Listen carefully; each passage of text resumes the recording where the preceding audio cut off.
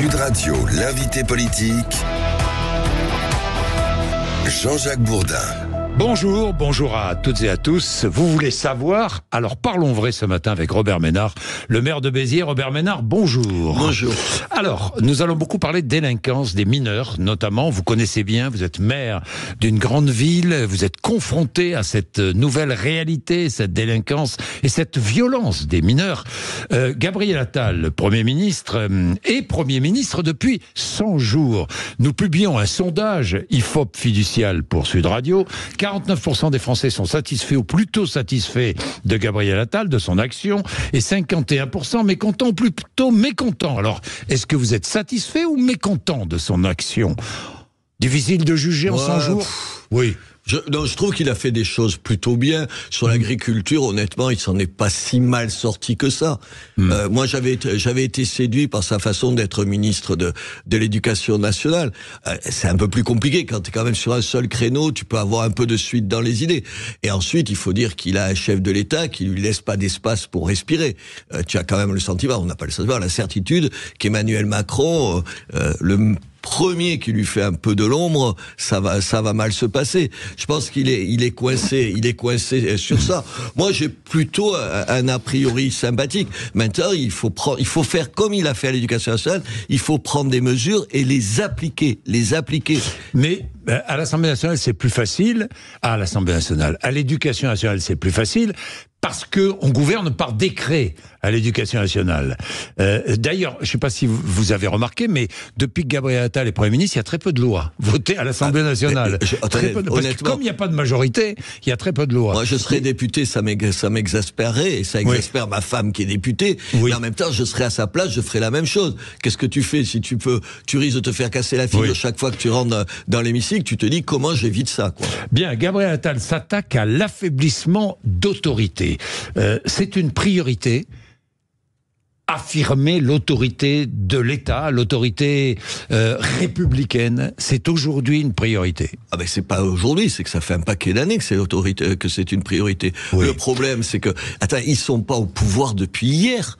Monsieur Macron, ça fait combien 7 ans qu'il est au pouvoir, et il découvre aujourd'hui, mais moi je l'amène chez moi, et en une journée, il aurait mesuré à quel point c'est un problème. C'est un problème de tous les jours, de l'abruti. Hier, j'étais en voiture, il y avait un mec devant moi, il se mouchait, il jette son mouchoir dans la rue. Vous allez me dire, c'est ridicule, mais c'est tout ça qui est insupportable. Plus personne ne respecte plus personne. La police, attendez-moi, quand j'étais petit, j'aurais été arrêté par la police, ou la police m'aurait interpellé, j'aurais eu peur, juste un sentiment, quelle bêtise j'ai faite. Tu as la certitude que c'est pas vrai. Mais moi, je peux vous raconter 50 anecdotes chez moi où tu te dis que des jeunes garçons et des jeunes filles se contrefoutent de tout le monde, de leurs parents. Des fois, de temps en temps, les parents, ils se sont déjà comportés à peu près de la même façon avec leurs propres parents.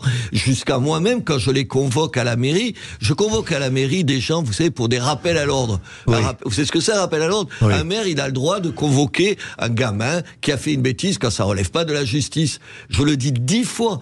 Je suis sidéré par l'arrogance des gamins. Mais l'arrogance, mais honnêtement, je vais pas dire que je leur mettrai 2 gifles, je l'ai déjà dit, chaque fois je me fais engueuler là-dessus. Mais en fait, t'as juste envie de lui en coller 2. Et il y a les parents à côté, et les parents à côté qui disent rien quand ils défendent pas les conneries qu'ont fait les enfants. Mais donc où on en est là? Où on en est? Alors justement, le Premier ministre se rend à Viry-Châtillon où a été tué Chemcheddine pour parler d'autorité. Je rappelle, lynché, tué pour avoir échangé avec une jeune fille. Dans l'actualité, il y a plusieurs faits divers mettant en scène des mineurs. À Grande-Sainte, un homme de 22 ans a été frappé et tué. 2 mineurs interpellés. Là, j'ai vu à Marseille, une directrice d'école qui a été frappée par une mère d'élève et la sœur de l'élève parce que l'élève a été privé de sortie scolaire. On en est là. Alors, Emmanuel Macron demande une grande concertation sur les violences des mineurs, à l'instar du Grenelle sur les violences conjugales. Bon, je ne sais pas si ça sera utile ou pas, mais quelles sont les mesures d'autorité qu'il faudrait prendre vis-à-vis des délinquants mineurs et vis-à-vis des parents? Et si on appliquait la loi? Oui. Attendez. Attendez. Non, mais attendez. Oui, je vais vous donner un exemple. on nous dit, tiens, il faudrait sanctionner les parents, en gros, qui font pas leur boulot de parents, pour simplifier les choses. Mais il y a la loi pour le faire. Alors on va en rajouter, là, vous avez vu, au lieu de 2 ans, ce sera 3 ans de prison, au lieu de je sais pas combien d'amende, 45 000 € d'amende. Mais pourquoi on n'applique pas la loi déjà? Alors ils ont commencé à l'appliquer. Pourquoi on n'applique pas la loi? Vous savez pourquoi on fait des grands Grenelles? Parce que c'est quand même une façon de rouler des mécaniques. C'est tellement moins sexy de dire, mais on pourrait appliquer la loi. Un autre exemple, on dit, pourquoi il y a l'excuse de minorité? L'excuse de minorité, en gros, vous risquez 2 fois moins quand vous avez moins de 18 ans que la peine prévue. Mais aujourd'hui, les magistrats peuvent le faire. Pourquoi ils le font pas? Pourquoi ils ne le font pas? Et je peux vous prendre un certain nombre d'exemples comme ça.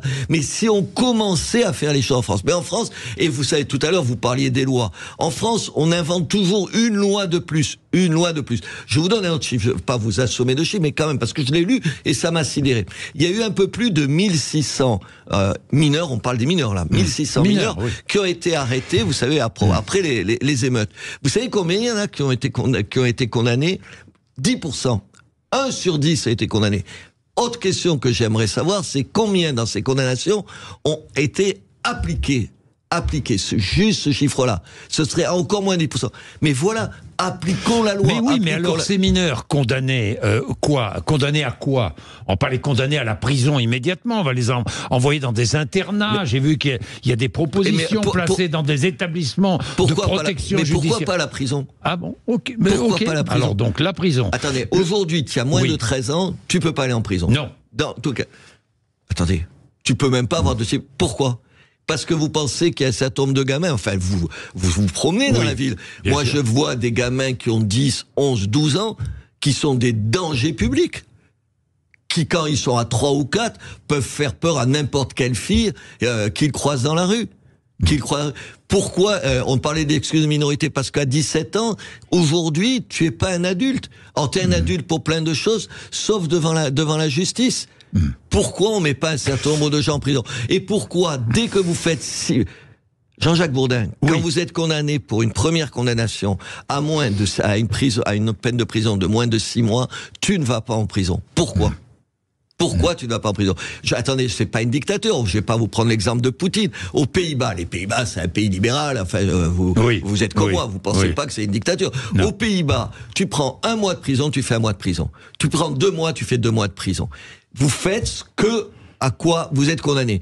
En France, encore une fois, si tu prends moins de 6 mois de prison, tu ne vas pas en détention. C'est des choses aussi simples que ça. Pourquoi on le fait pas? Pourquoi on le fait pas? À la Guadeloupe, à Pointe-à-Pitre, le ministre de l'Intérieur est là-bas. Il y a une délinquance terrible à Pointe-à-Pitre. Le maire est confronté à cette délinquance des mineurs. D'ailleurs, des mineurs. Couvre-feu pour les mineurs. Est-ce qu'il faut instaurer dans certains quartiers ou dans certaines villes? Attendez, vous avez réfléchi à ça? Attendez, vous me dites ça? Moi, je suis maire en 2014. Je prends un arrêté municipal hyper simple. Que n'importe, vous êtes père de famille, je suis père de famille, tu prends. Je prends un gosse de moins de 13 ans, il peut pas être dans la rue tout seul après 23 heures, après 11 heures du soir. Attendez, quand vos enfants, ils avaient 10 ans, à 2 heures du matin, ils se promenaient dans les rues tout seuls. Enfin, c'est du bon sens. Je suis poursuivi par la Ligue des droits de l'homme sur atteinte à la liberté de se déplacer pour les gosses en question. Enfin, attendez, vous vous rendez compte s'il faut être aujourd'hui, attendez, mais j'ai été condamné. J'ai été condamné par le Conseil d'État. Enfin, ça vous semble pas du bon sens? Vous accepteriez que vos enfants à 8 ans, ils soient dans la rue la nuit tout seuls? Est-ce qu'on devrait instaurer un couvre-feu? On devrait interdire aux petits d'être tout seuls le soir dans les rues. Honnêtement, leur place, elle est où? À 11h du soir, leur place, elle est où d'un gosse de 10 ans? Elle est dans la rue tout seul ou à la maison? Mais un couvre-feu, c'est facile à faire respecter? Couvre-feu? Mais j'arrive à le faire respecter. Dès que tu voyais... Vous savez ce qu'on faisait? Dès qu'on voyait un gosse, on l'amenait au commissariat et les parents venaient le chercher au commissariat. Moi, j'ai entendu des familles... Tenez, on parle tout le temps des familles monoparentales, vous savez. Moi, j'ai vu des mamans venir me dire... Alors, elles caricaturaient, c'était pas tout à fait ça. Elles disaient, moi, je dis à mon gosse... Si tu sors sans mon autorisation le soir, le maire, il va te mettre en prison. C'était pas vrai, le maire, il met personne en prison. Mais Et j'étais content de ça. Pourquoi on prend pas des mesures aussi simples que ça? Pourquoi? Moi, je vais vous donner un exemple. Couvre-feu pour les mineurs. Pour les mineurs. Dans les quartiers. Mais partout. Partout. Vous avez en France, couvre-feu pour les mineurs. À partir de quel âge? De moins, puisque les moins de 13 ans, ils sont irresponsables pénalement. Couvre-feu pour les moins de 13 ans. À quelle heure? À partir de 23h. À 11h du soir, t'es pas tout seul dans la rue. Il faut généraliser cette mesure. Mais bien sûr. Moi, vous savez ce que j'ai envie? J'ai envie de la reprendre. Pour voir si je suis de nouveau condamné. Oui. Pour voir si vous aujourd'hui. Allez la reprendre à Béziers? Je vais reprendre un arrêté en disant comment vous allez me. Ils m'ont condamné à 5 000. Enfin, ils ont condamné la ville à 5 000 € d'amende. Je vais vous donner un deuxième exemple. Moi, je suis pas pour des. Je pense pas qu'on ait besoin de révolution. Je vais régulièrement dans les prisons comme maire. Oui. Pourquoi on montre pas ce qu'est une prison aux gosses? Vous êtes allé dans des prisons. Comme je allé, vous êtes allé. Bien sûr. Ça te fait pas peur, la prison? Ouais. Quand tu vas dans une prison comme journaliste et moi comme maire, tu te dis, mon Dieu, que j'y sois pas un jour. Que j'y sois pas un jour. Oui. Et pourquoi on leur montre pas ça? Pour leur dire, regardez ce que c'est. Regardez ce que c'est. Mais c'est évidemment... Et les parents? Ah, mais moi, je suis... Des mesures seront annoncées aujourd'hui sur les parents. Attendez, mais moi, je veux bien les mesures. Je vous prends Ils ont annoncé, après les émeutes, Monsieur Macron a annoncé, après les émeutes, que les maires pourraient virer les familles des logements HLM quand elles sont de près ou de loin mêlées au trafic de drogue. Mais je vous propose d'essayer. Demandez à un maire. Pas que moi. Si vous ne me croyez pas, vous demandez à un autre maire. Mais c'est j'allais dire une grossièreté, un parcours du combattant, on n'en plus finir. Alors moi, je veux bien des mesures, mais qu'on puisse appliquer. Il y a des gosses, je vous donne un exemple, qui ont été arrêtés quand ils faisaient des conneries, enfin pas des conneries, ils mettaient le feu dans des quartiers de Béziers, ils sont toujours pas jugés. Ouais. Comment vous pouvez expliquer aux voisins qu'il y a une justice quand là ils seront jugés en septembre prochain, plus d'un an après. Mais il faut juger tout de suite, sinon la peine elle est pas exemplaire. Enfin je sais pas, moi j'ai l'impression face à vous d'ouvrir des portes, d'enfoncer des portes ouvertes. Tant ça me semble des trucs tellement de bon sens. Robert Ménard, je change de sujet. L'université de Lille a annulé la conférence de Rima Hassan et Jean-Luc Mélenchon, conférence qui était en soutien à la Palestine. La conférence aura lieu ailleurs. Est-ce que c'est une entrave au débat démocratique? Il faut interdire rien du tout. Je suis contre l'interdiction. Totalement contre. Oui. Oui, enfin, vous imaginez, ne me posez pas une question sur Jean-Luc Mélenchon ou sa tête de lit. Je peux pas les supporter. Je pense qu'ils sont aujourd'hui un danger pour tout ce que je chéris dans ce pays. Qu'ils sont eux-mêmes des gens qui ne rêvent que d'interdire tout le monde, y compris d'un certain nombre de télévisions, si j'ose dire. Pas si j'ose dire, que tout le monde connaît. Ils ne rêvent que de faire, et ils font leurs militants quand ils peuvent interdire à Alain Finkielkraut de s'exprimer dans telle fac et tout. Mais il faut pas être aussi aussi sectaire que je suis contre les interdictions, quelle que soit la personne. Attendez, on est à Paris là. Vous avez vu Transmania, le livre là sur les transsexuels? Je ne sais pas ce qu'il y a dans ce livre. Enfin, je sais un petit peu, je fais l'idiot. Je sais ce que c'est, des gens qui pensent que il faut interdire, par exemple, les opérations sur les mineurs et tout ça. Vous avez vu qu'ils ont enlevé l'affichage? Mais attendez. La mairie. Mais il faut pas accepter ça. Donc il faut pas le demander. Moi je suis toujours sidéré des gens, ils sont de gauche, ils rêvent que d'interdire l'extrême droite, ils sont de droite, allez Mélenchon, on va le faire taire. Non. Moi j'ai passé ma vie à défendre des gens dont je pensais que la moitié de ce qu'ils disaient étaient des choses invraisemblables. Alors, puisque vous parlez d'interdiction, faut-il interdire la venue de Vladimir Poutine aux 80 ans du débarquement en Normandie? Ah là, on n'est pas dans le même cas de figure. Là, c'est plus un débat d'idées. Il est en guerre.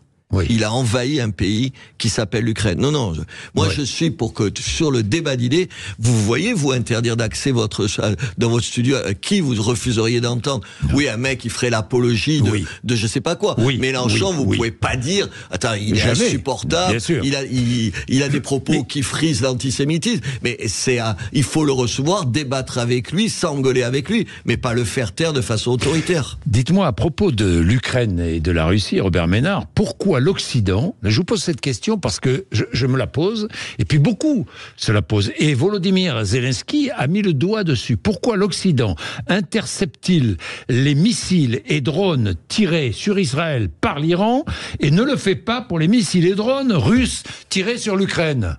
Mais il a raison. Mais moi, je suis pour qu'on leur donne tous les moyens de gagner. Et sur ce point-là, vous voyez, avec tout ce que je dis du gouvernement, c'est Emmanuel Macron qui a raison. C'est Emmanuel Macron qui a raison. Il faut sauver l'Ukraine. En plus, vous voyez qu'en ce moment, ils reculent sur tous les fronts. Vous savez, ils ont perdu 5 kilomètres. Vous pensez que l'Occident est en train, doucement, sans le dire, d'abandonner l'Ukraine ? Et je pense que le chef de l'État ukrainien est tellement en train de s'en rendre compte que vous avez vu que pour la première fois, il commence d'une paix acceptable pour tous. Parce que je crois qu'il a compris. Il recule sur le front. Il sent bien que les Occidentaux sont pas prêts à prendre un certain nombre de risques pour défendre son pays. Puis je vous dis pas si Donald Trump est élu, dans quelle situation ça va le mettre. Ça voudrait dire que l'Europe serait obligée à ce moment-là de prendre la part des Américains sur le conflit, mais elle le fera pas, l'Europe. Elle le fera pas parce que les guerres, ça lasse tout le monde. Mais regardez même en ce qui se passe entre Israël et le Hamas. Au début, tout le monde prend, oui, on va tout faire, vous vous rappelez même, on va tout faire pour les défendre. Le chef de l'État, on va mettre une coalition. Et puis 6 mois après, ou tu te lasses, ou à force de voir des morts tués à Gaza, tu commences à changer de camp. Et sur l'Ukraine, il y a une espèce de lassitude. On est des Occidentaux gavés de bonheur. On est des Occidentaux gavés de paix. On est des Occidentaux gavés de tout un tas d'une société de consommation où la seule chose qui compte, c'est vous, moi et moi. Et là, il faut s'oublier un petit peu. On n'est pas capable. On le fait à un moment donné. Moi, je vois même pour l'accueil des réfugiés. Tu les accueilles 1 mois, 6 mois, 1 an. Puis après, je parle des réfugiés ukrainiens. Oui. Après, tu dis, ça va, j'ai pris ma part du fardeau. Et non, les guerres, ça dure. Les guerres, ça dure. Les européennes, vous avez changé votre intention de vote ? Ben non, mais vous m'aviez posé la question. Je vous ai posé la question, Robert Ménard, oui. Il y a une liste sur la ruralité. Oui. Moi, c'est plein de mes potes et tout ça. Je dis, tiens, c'est pas que je suis d'accord avec eux, mais je vais aller voter pour eux. Attendez, on leur donne quoi, 0,5% ou 0,5 ou 1%. Ils trouvent le moyen de se disputer. Ils se sont séparés, engueulés, traités de tous les noms d'oiseaux les uns les autres. Je me suis dit, mais même si eux, qui d'habitude moquent tout le monde, disent regardez la classe politique, leur ego, ils pensent qu'à eux. Moi, je pensais qu'on allait parler des choses qui me touchent, de la défense des paysages, de la tauromachie. Vous savez que dans le Midi, on y est attaché. On va pas parler, je suis d'accord, de tauromachie tout de suite, c'est autre chose. D'aimer tout ce qu'on aime. Moi, j'aime le rugby, je défends mes viticulteurs, enfin, j'aime les chasseurs, je chasse pas, mais nom de Dieu qu'on leur foute la paix, ils ont bien le droit de chasser. Tout ça. Moi, je pensais qu'on allait se contenter. Et non, ils se disputent entre eux. Je dis, si même eux. Bon, vous allez voter. Non, mais maintenant j'attends, je répondrai une autre fois à votre question là, parce que j'attends de voir. Moi, je vais pas voter à gauche. Vous avez dit que vous ne voteriez plus pour le RN, ni Reconquête. Non. C'est toujours. Ah non, mais attendez, j'entends. Et Éric Zemmour. Oui. Vous avez vu, ils ont voulu lui interdire de parler. Finalement, il a parlé c'était en Belgique, à Bruxelles. En Belgique, et je le soutiens, il a le droit de parler, évidemment. Mais il parle du califat qui règne à Bruxelles. Éric, pèse tes mots un peu, c'est pas le califat. Il y a comment ça s'appelle? Alors, c'est des communes, les arrondissements. C'est des communes à Bruxelles. Ouais, tu peux dire qu'il y a des maires jobards, qu'il y a un certain nombre de gens qui sont des dangers publics. Mais n'en rajoutons pas. Sérieusement, je pense qu'il faut faire attention. Je pense qu'il y a une telle anxiété. Vous citiez les faits divers, et vous en avez cité. Vous avez vu dans le Gard, je choisis le Gard parce que vous connaissez bien. Vous avez vu, un type a tué son oncle. L'oncle, il a 25 ans. Ah oui, j'ai vu ça, parce qu'il lui devait 30 €. Il tue pour 30 €. Mais qu'est-ce qu'il a dans la tête? Alors déjà, si on aligne tous les deux, tous les faits divers de la journée, mais c'est à vous flinguer. Le rôle, c'est de dire ça. Mais il faut aussi proposer un peu d'espoir aux gens. Moi, quand je vous dis sur la jeunesse et tout, je dis pas qu'il faut rien faire. Je dis, si on faisait déjà ce qu'on devrait faire, on pourrait avancer. C'est compliqué. Moi, je vois bien à quel point c'est compliqué. Des fois, t'as envie de baisser les bras. Mais il faut pas en rajouter. Jetons pas de l'huile sur le feu. Essayons de trouver quelques solutions pour améliorer la vie des gens. Robert Ménard, député européen, vous auriez voté pour ou contre le pacte asile et immigration? J'aurais voté pour. Vous auriez voté pour? Parce que c'est mieux que rien. Oui. Mais c'est ce que j'ai appris comme maire, vous savez, c'est aussi bête que ça. Bien sûr qu'il y a des limites. qu'il y a des choses qu'il faut pas. Pourquoi j'aurais gueulé? Parce que vous avez vu que donc l'idée à l'ESM, c'est faire des genres de spots, aux frontières et vérifier pour trier en quelque sorte. Pour trier. Il y a eu près d'un million de demandeurs d'asile. En France, on a 60%, et partout pareil, 60% qui sont pas plus demandeurs d'asile que vous ou moi. Voilà. Oui. Donc c'est faire ça. Alors vous pouvez vous dire, moi je retiens ça. Je dis c'est mieux qu'une fois qu'ils sont en Europe, tu peux plus, même si le mec est pas demandeur d'asile, c'est fini, il y restera. En même temps, les gens te disent, ah oui, mais regardez, les mineurs non accompagnés sont pas visés par ça. D'accord. Qu'est-ce qui vaut mieux? Quelque chose qui va un petit peu dans le bon sens, où on fait de la politique à bon compte et on dit, regardez, c'est mes ennemis qui disent ça, alors je vais voter contre. Je suis systématiquement opposé à ces refus de principe parce que c'est l'autre qui a l'idée. Oui. Si c'est mieux que rien, c'est mieux. Je vous pose une dernière question. Bardella est en tête de tous les sondages. Pourquoi est-ce que vous ne voteriez pas Bardella?